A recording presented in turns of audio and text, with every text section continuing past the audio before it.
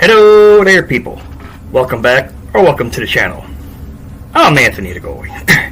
And as you go down the winding road of season team previews, we wind up at number 25. Seattle Kraken. The second year of Seattle was very successful. They made the playoffs for the first time, and even made a bit of NHL history, becoming the first expansion team to ever defeat a defending Stanley Cup champion, which was Colorado at the time, in a playoff series. So, hopes are high for the third year of the Seattle Kraken, but they didn't do as well this time. Scoring was down. One of the few bright spots was actually goaltending. So, let's go and see how Seattle did last year with their preview. They had 34 wins, 35 losses, 13 overtime losses for 81 points. They scored 217 goals and allowed 230. Like I said, a lot of couple players had career years the second season of Seattle. Well, the scoring kind of leveled out for them, and they weren't as offensively, gifted, and the defense seemed to struggle. But goaltending did pretty well. They seemed to have found another starter. So, leading scorer was Jared McCann. 80 games, 29 goals, 33 assists, 62 points. Solid player who at the time was just thrown to Seattle, instead of them taking somebody else, and Jared McCann has become one of their better players. Vince Dunn, who came over in the expansion draft from St. Louis, has definitely become their offensive defenseman. He played in 59 games, 11 goals, 35 assists, and 46 points. He's definitely your top defenseman for now. You have Jordan Eberle.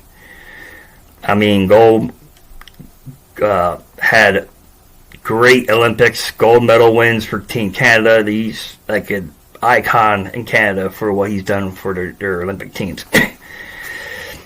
He played in 78 games last year, 17 goals, 27 assists, 44 points. The team overall has good scoring, good balance between younger players and older players. So, like, Ron Francis has done well blending younger and veteran talent together.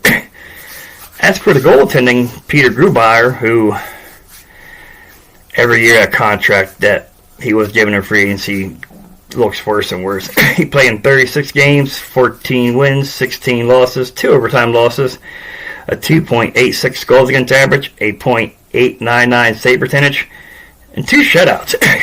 But youngster Joey Daccord has seemed to grab the starting goaltender job. He played in 50 games, 19 wins, 18 losses, 11 overtime losses, a 2.46 goals against average, a .916 save percentage, and 3 shutouts.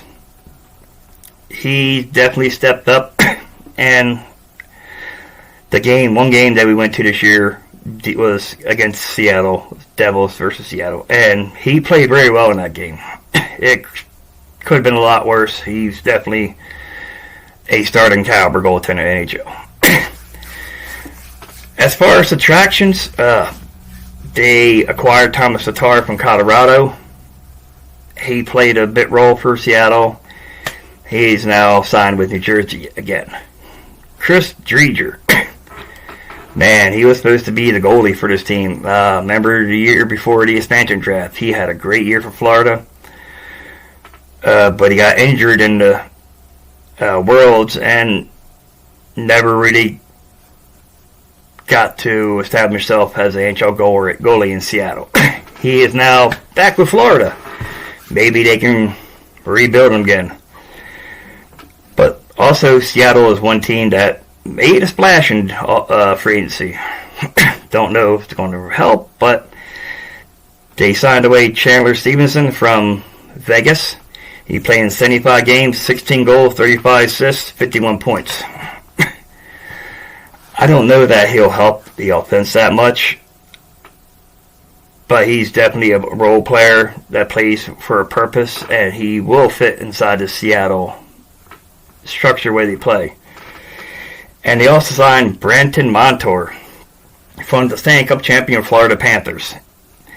So Montour and Dunn will be fighting out who's fighting out for number one goaltender or number one defenseman, getting that power play time. Montour playing 66 games, 8 goals, 25 assists, 33 points. He definitely found his game in Florida. Let's see if that transfers over to Seattle. As far as cap space, they're pretty set. Good cap space. You have $6,372,143. They still have 2 spots available on their main roster as far as contracts. And they have both their first and second round pick this upcoming draft. And they have all their retaining spots for trades. Overall, the Stevenson and Montour free agent signings, they may move the needle a little bit, but they need another goal scorer for this team with Eberle, McCain, and they definitely need more offensive punch, and those 2 combined had 24 goals. I mean, within the system play, they could play very well and definitely help this team to back to the playoffs. But as you've seen so far, there's a couple of West teams that we went over so far in this previews that I think can leap Seattle. So, tell me what you think below of Seattle's chances of making playoffs this year, and do you think the free agent signings of Chandler Stevenson and Brandon Montour will be the difference makers that they thought they will be? And once again, if you like this everything we are showing on this channel, please like and subscribe. And like always, until next time, have a good day.